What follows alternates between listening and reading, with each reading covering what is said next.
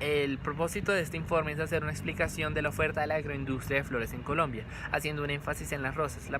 ¿Qué tipo de sujeto es Colombia para este tipo de producción de flores? Colombia es uno de los mayores productores de flores a nivel internacional, solamente es superado por las grandes firmas, las grandes productores como lo serían Holanda y Rusia. La producción de este tipo de rosas se encuentra dividida en el territorio de que Cundinamarca es representativo del 75%, Antioquia un 15% y las otras regiones centrales un 5%.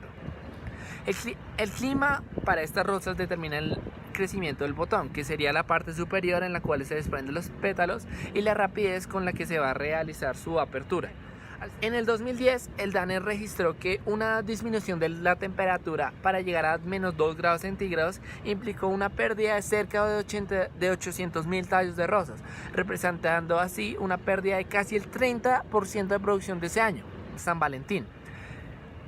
En el caso de las rosas, como estamos hablando, en octubre y noviembre, dependiendo de la situación del clima y cómo sea la asesoración de los agrónomos, se va a determinar que para llegar a enero, que es enero y febrero, que serían las fechas de venta de estas flores, pues va a ser el pico de producción.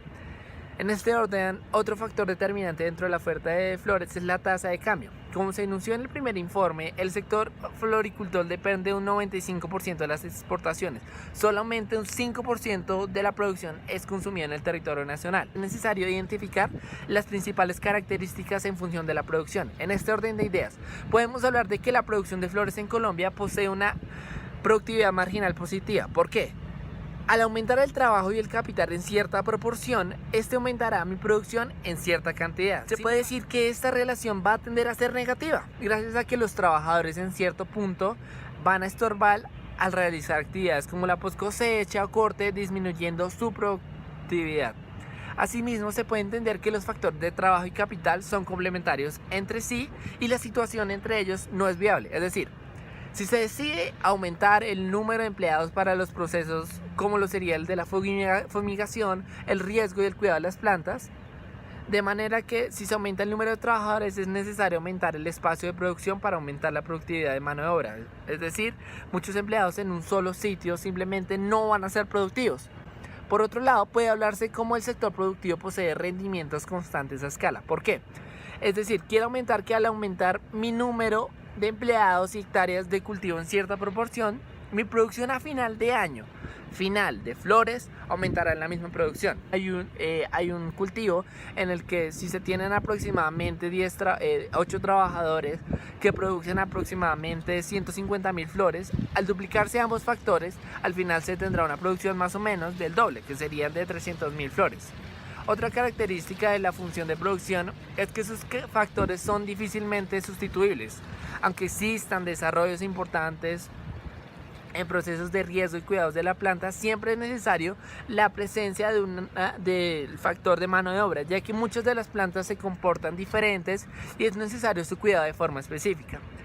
Del mismo modo, ocurre con el factor del capital. Se han desarrollado diferentes tipos de cultivo, como lo es el cultivo hidropónico, el cual se construye de forma colgante y requiere menos espacio. Sin embargo, para las rosas sigue siendo necesaria la utilización de espacios para su construcción y factores como el agua y tierra son indispensables. Luego de definir esta función de producción, debemos hablar de cuál es la estructura de función de costos que conlleva el cultivo de rosas en Colombia. Hablando de los costos fijos, se encuentran los impuestos por regalías, que así, aunque no vaya a haber una producción, es necesario pagarlos por el simple hecho de tener las plantas. El arriendo, mantenimiento del terreno en muchos casos, donde se tiene el cultivo y demás impuestos que van a ser relacionados con la constitución de la empresa. Cuando hablamos de los costos variables, como hemos mencionado con anterioridad, se puede decir que es creciente gracias a que si aumenta la producción en una flor adicional, por ende debe haber aumentado el nivel de abono implementado, el número de plantas sembradas o el nivel de agua utilizado. Por otra parte, si hacemos referencia al costo medio decreciente en el corto plazo, ya que algunos costos se van a distribuir en un periodo determinado y no van a ser a lo largo plazo, en cuanto a largo plazo también serán decrecientes, ya que los costos como las regalías solo se tienen que pagar una vez y desaparecerán si se tiene un terreno que es necesario para pagar una renta, por ejemplo. Eventualmente se adquirirá el terreno, se llegará al punto de que la producción del alto costo del arriendo distribuidos en las plantas será mucho menor.